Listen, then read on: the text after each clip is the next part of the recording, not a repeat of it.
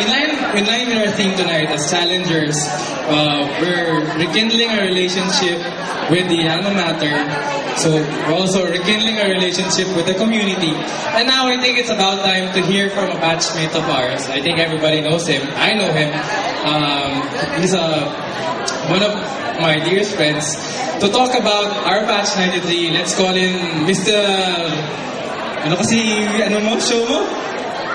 Basta, si Ivan Marina.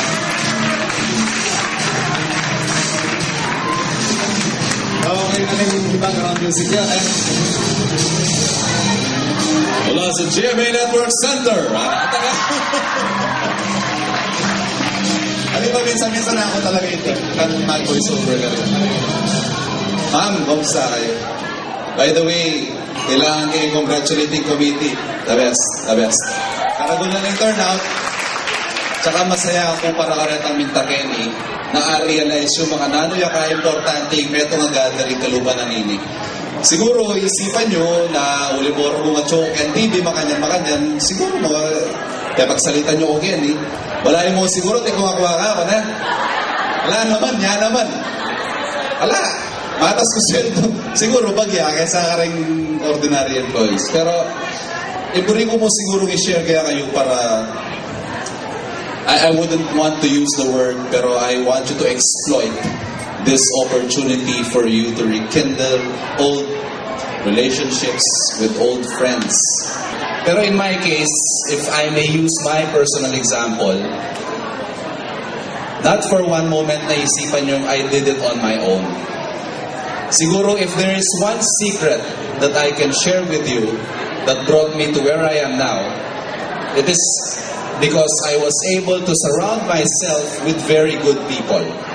I have managed to keep the relationships with friends, no matter how few they may be. In fact, up to this time, I meet a lot of people every day, but I only keep very, very few friends. And many of them I met in 1993. Hanggang ngayon Exequiel Pineda, Mike Sarandona, yan at tayo. Ila pa rin ding balik-balikan mo. Because these people keep you grounded. Hanggang no kameras, hanggang nino nga kilala mo, hanggang mga semplang na kakagambyan mo. But when you get to talk to these people, they remind you of the good old days when you were 16 years old. Naala kang aliwang isipan ng ulit ang crush mo niya high school.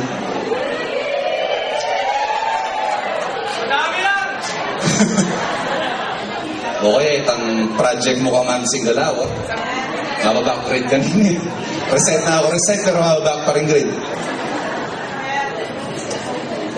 Kita mo siguro, ayo paboret.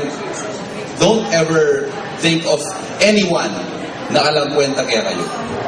Because in my case, I have managed to, well, again, I talk with all sorts of people at different levels. I had a chance to interview the president, no less. I also got to interview the lowly cigarette vendors, the squatters, everybody. Pero don't ever underestimate what you think a lowly person can do for you. Uling deng mga babang taong lawet dareng dakal. Ila ring makapamye maragul ay impact kaya kayo. So I guess what I'm saying is siguro itong people skills will get you far.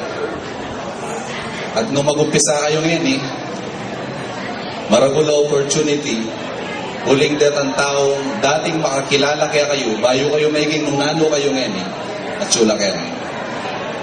So let us all exploit this night and try to be the 16-year-olds that we once were.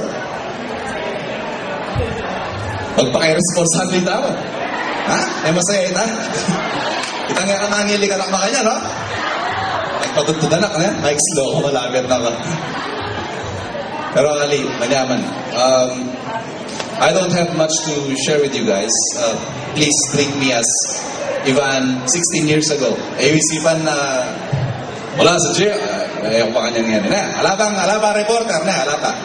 By the way, in news pala, ating tropical depression, Ulysses, which is about to enter the Philippine area of responsibility tonight. Anyway, mag-enjoy tayo ba? Bayo mo mag-you.